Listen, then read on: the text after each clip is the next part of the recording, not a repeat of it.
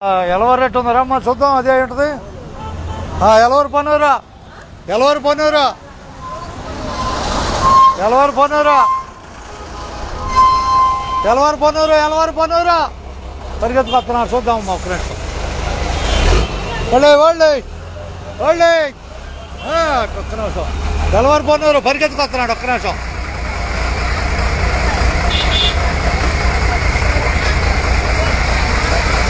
మోదుగురు bus ఉందా అక్కడ? మోదుగురు ఉందంటమ్మా. మోదుగురు bus ఉందంట అక్కడ. మోదుగురు బస్సు అక్కడ ఉంది పాయింట్లో. రైట్, నేను కాసేపు చూపించాలి సర్వీసులన్నీ.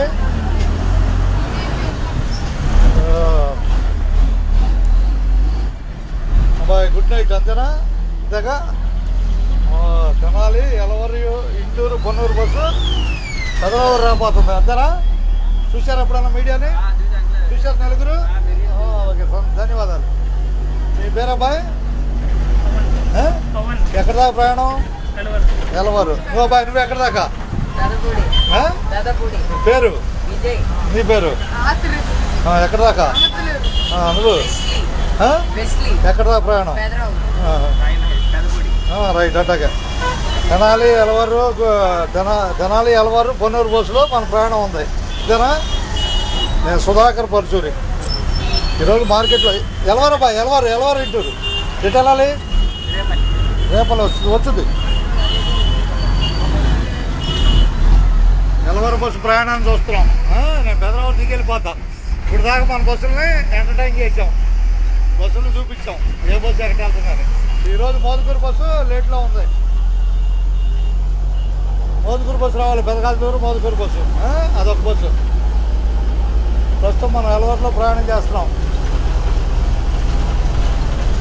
నా యూట్యూబ్ ఛానల్ పేరు తెలుసా? సుధాకర్ పరచూరి. ఇన్స్టాగ్రామ్లో మిమ్మల్ని లైవ్ ఇస్తున్నాను. నేను బెదరావులో దిగిపోతానా. మన బస్సును కాసేపు చూపించడానికి ప్రయత్నం చేశాం సోషల్ మీడియాలో. ప్రతిదానికి సోషల్ మీడియా అవసరం, గుర్తుపెట్టుకోండి. ధైర్యంగా మాట్లాడచ్చు. నాలాంటి నా ప్లాట్ఫారాన్ని ఉపయోగించుకోండి. మీ మాట ఎట్లుందని మీకు తెలిసిపోద్ది.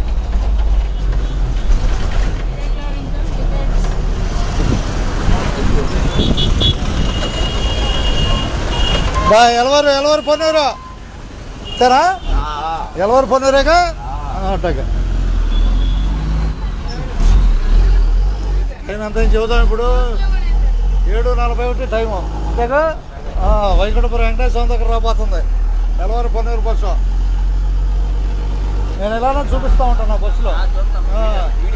చూస్తున్నారా? ఓకే, చూస్తే చాలా సంతోషం, ధన్యవాదాలు.